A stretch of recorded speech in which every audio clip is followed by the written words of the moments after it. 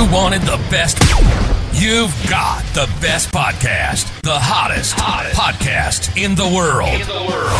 The Chris Voss Show, the preeminent podcast with guests so smart you may experience serious brain bleed. The CEOs, authors, thought leaders, visionaries, and motivators.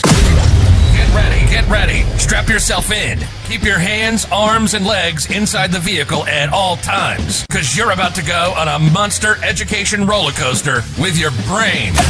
Now, here's your host, Chris Voss. Hi, folks. This is Voss here from the ChrisVossShow.com, the ChrisVossShow.com. Welcome to the big show, my family and friends. We certainly appreciate it. All of you that join us every day for the multiple books of and authors that we have on the show, the brilliant minds, the CEOs, the billionaires that have been on the show, the astronauts, the governors, all those wonderful, smart people on the show. And as we all know, I'm not one of them. I'm just the host of the show, and I just direct traffic. I think that's my job. It's on my business card. The director of traffic, and sometimes he's a little funny. Anyway, guys, we have an amazing, prolific author on the show. She's coming out with her newest book, May 9th, 2023. Karen White is on the show with us, and she's written 30-plus books. We'll get an exact number out of her in a second. She's the author of the newest book coming out, The House on Prytania, and it's part of her series of a Royal Street novels. And we'll talk about some the other books and stories and things that she tells in her novelistic way. Is novelistic a word? I don't know, but I just made it up. It works for me. I call that poetic license. Mm-hmm. English teachers call me stupid, but that's another matter. Anyway, we'll be talking to her in a second. But in the meantime, as always with the plugs, go to youtube.com/Chris Voss. Go to goodreads.com/Chris Voss, and LinkedIn, YouTube, all those crazy places that you find the Chris Voss Show. And you can learn so much more and stalk what we're doing and refer the show to your family, friends, and relatives. Remember, the Chris Voss Show isn't an MLM, but you do need to have 5 people in your downline of your relatives and neighbors that you may refer to the show. I'm just kidding. You don't have to do that, but please, I beg of you. Anyway, Karen White is the New York Times and USA Today bestselling author of 34 books. Is that still right, Karen? 34, 35, so somewhere 35. Around there, yeah. Yeah, there you go. And it includes the Trad Street series, The Last Night in London, Dreams of Falling, The Night the Lights Went Out. Was that in Georgia? Anyway, there you go. That was a Jeopardy question, yes. There we go. I win, Alex. Questions about Georgia for 100. Flight Patterns was another book. The Sound of Glass, and A Long Time Gone, which is probably my brain. That's about my brain. She is the co-author of The Lost Summers of Newport, All the Ways We Said Goodbye, The Glass Ocean, and The Forgotten Room, with New York Times bestselling authors Beatrice Williams and Lauren Willig.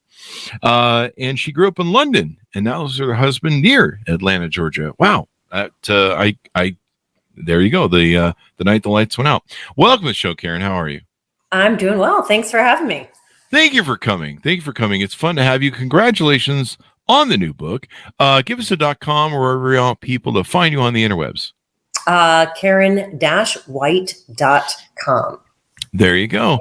Just put that dash in there. The Karen White, when I first got that, was a porn star. So, but she's not active anymore, but that's why I have a little dash between my first and last name. There you go. I'm still there's still a hitman looking for the other person who stole my namesake. Under Chris Voss. I think we all know who it is. But anyway, so congratulations on the new book. What motivated you want to write this addition to the Royal Street series that you worked on? Well, a contract, that also dictates deadlines. I had sort of on a whim, I had started writing my original series, the one set in Charleston, the Trad Street series, and it was very popular. People really loved it.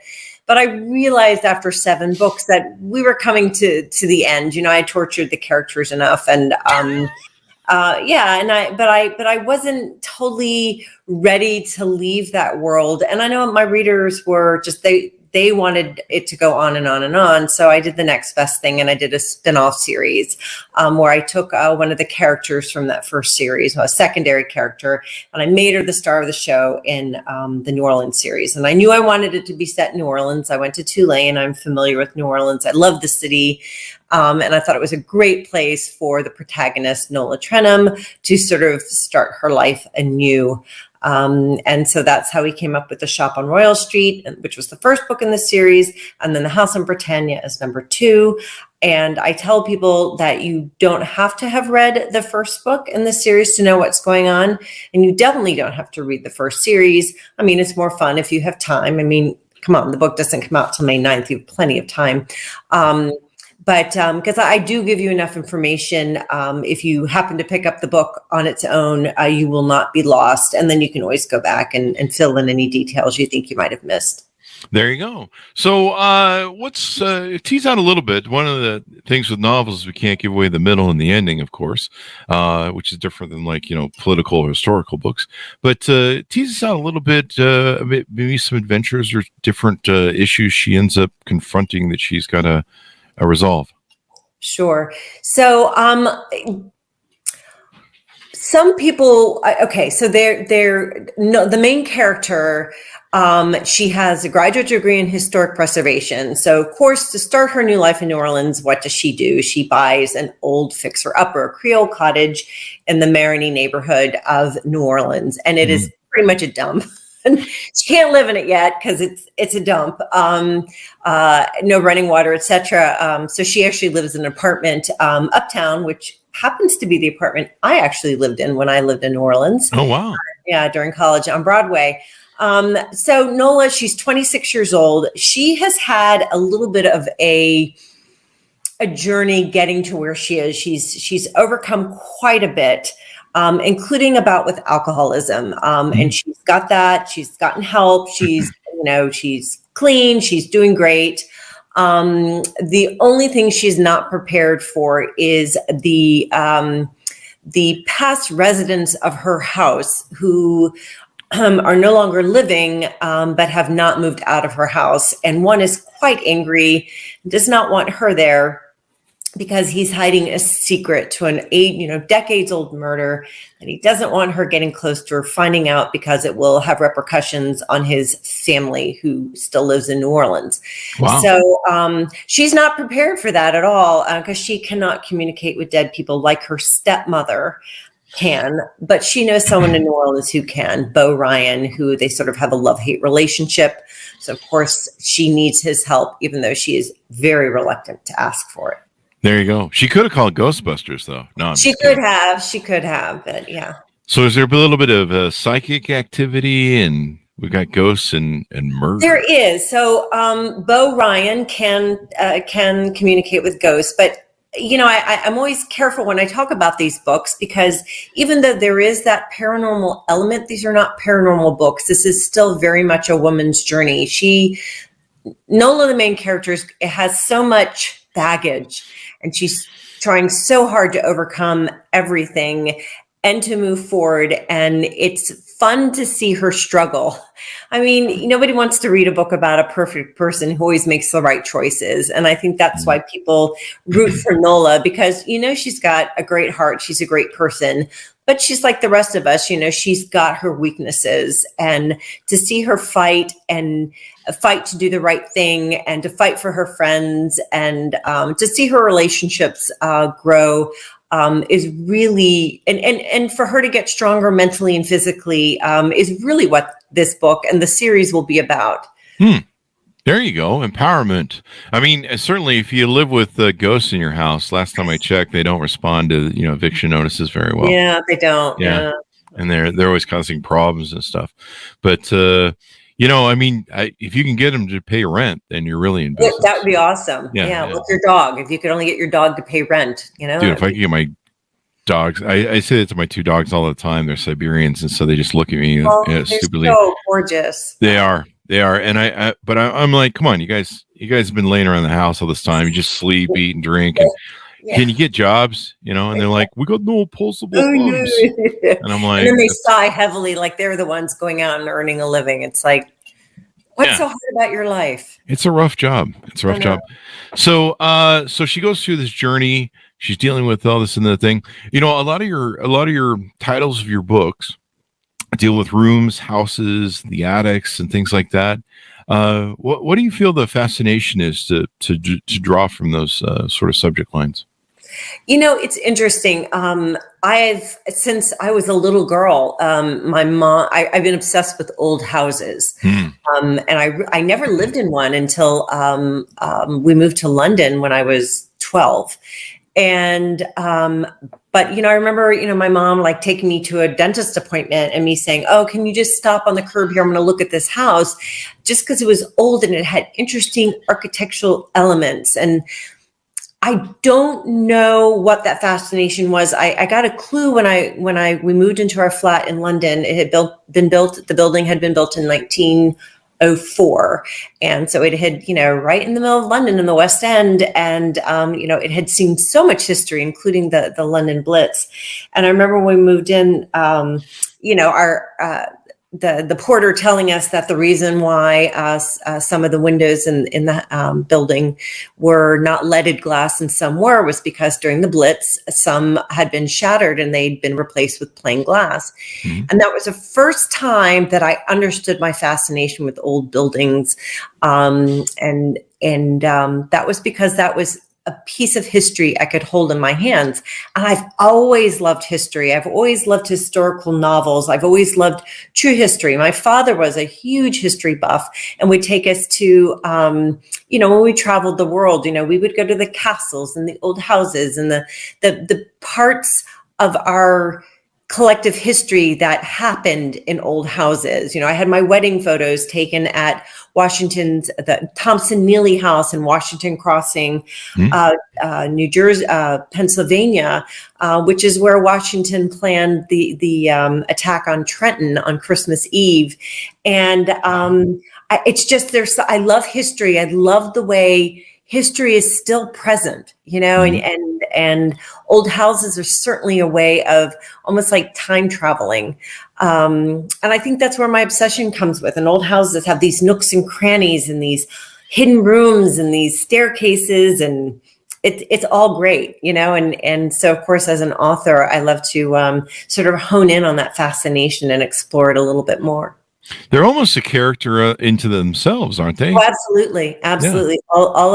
Yeah. All of my books, not just these series, but my single titles always have always an old house, once an old movie theater, but that all represented a community or family or lives that had been lived.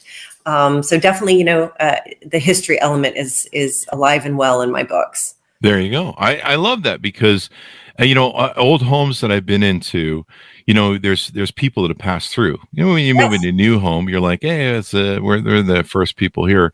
But you're like, wow, people ate here. People raised their children here. They had their lives, their dreams, their passions. They lived, died, passed through. And then, you know, an old home has lots of creaks and noises and as kind of a personality, if you will, that, you know, I remember going into my grandfather's old, I mean, it was an old home to me. It didn't seem to him, but man, I never did like going to that basement. Oh yeah. Oh, creaks and noises. Oh yeah. It has that damp kind of smell and there's not really windows and yeah, there were no walkout basements back in the day, and they were scary places to this day. Yeah. Mm-hmm. Yeah. You just always felt like someone was coming up, or you would look down, and he had these long stairs that would go into the basement. Yep. You know, is that where they kept the freezer? Yeah, probably. Yeah, usually it was usually there was usually a whole dugout too, where you know, puts the lotion on its skin or whatever. No, my grandparents. Oh wow, that's gross. That's a whole different house. That's Silence of the Lambs. Silence of the Lambs reference that always pays off well. But I mean, there's just a character to it. I mean, even like the beauty of, like, you know, those giant banisters and the giant stairs that they would have and things like that. And and there's a feel to him, and so I think that's cool. It's a character in your books, and probably some personality that adds that flavor, texture, especially with New Orleans and stuff from the South. Those beautiful palatial estates, sort of things they had. Mm-hmm. Mm-hmm. Yeah, They don't and make houses like they used to, for sure. they don't, and they're kind of they make those houses nowadays that are the Levittown sort of Right. personality The less. McMansions, Yeah. they call them. Yeah. The cookie cutters that you see, Yep. and you're just like, hey, Yeah. wow, every house looks the same here. It's just So painted differently. uninspiring. I know. Yeah, and houses that are 100 years old or something they're just incredible, and you And they're go through. quirky, but they're fun quirky. Like you Yeah, live with quirks. Yeah. yeah. But sometimes I'd probably keep the lights on, Yeah. because Mm-hmm. Yeah. you're probably gonna have a ghost. You have a better chance of a ghost in those homes than you do in Oh, most definitely. some new Levittown thing that just got built by the local. Unless it's builder. built on a burial ground or something. There you go. One can only hope. Now we're going full Steven Spielberg poltergeist right there. Pet Cemetery, yeah. So, how often do you write books? I mean, you've written 34, 35 set of books. What's in the works for you coming up, and what do you hope people will come away from this book? So what I'm working on right now, obviously the third book in this series, which will be out in 2025. I don't know when yet. We just finished another collaboration with Beatrice Williams and Lauren Willig, and the title is Super Secret, but that will be out in September of 2024. So yeah, definitely sign up for my mailing list because lots of exciting stuff coming up with that. And then I've just started working on a new single title. I can't give anything away yet, but and I don't know when that will be out. I'm thinking also in 2025. So lots of projects. I had to take a little bit of a break on the single titles just because my personal life was going a little haywire with stuff, including we had a wedding and a funeral within a month, and that was sort of a little bit of a whiplash. But things are settling in, and I'm eager to get back into the saddle and write that next single title. My single title books are a little more emotional and than the series books. And the series books, I get to have a lot of fun. I get to play with ghosts. I get to be a little more funny. Show my sense of humor a little bit more. So these have been sort of a balm to the soul to write, and I've enjoyed writing the series books. But I'm eager. I call them my palate cleansers, and I like to write them in between my bigger single titles. So I'm eager to get back into a regular publishing schedule. So we'll see how that goes. There you go. A lot of authors that we have on the show that do a lot of books like yourself, they have these different strains or different, rails or however you want to call it, different avenues of different books and characters, and they're doing, and yeah, it helps kind of keep things fresh for them because they can mix and match. 100%. Palette, like having that sorbet, between your starter and your main course, you just kind of need that, Yeah. There you go. Well, this should be exciting, and I'm sure your fans are going to love it. Anything more you want to tease on the book before we go?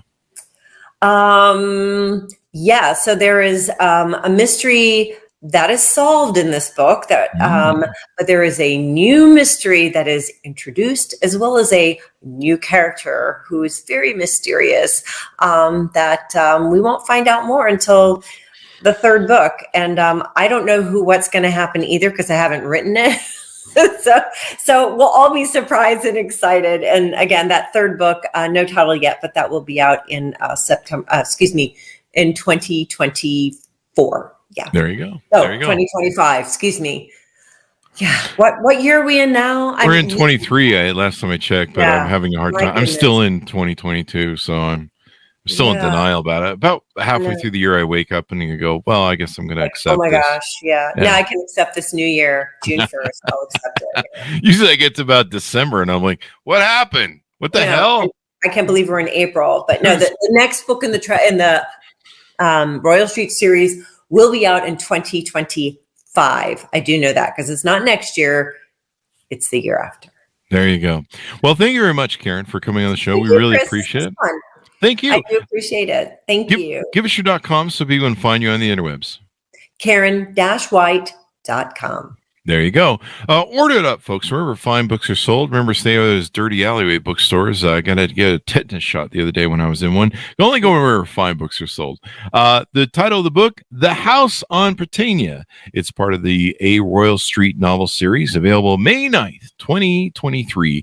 Thanks for tuning in. Be good to each other. Stay safe. And we'll see you guys next time. And that should have us out, Karen.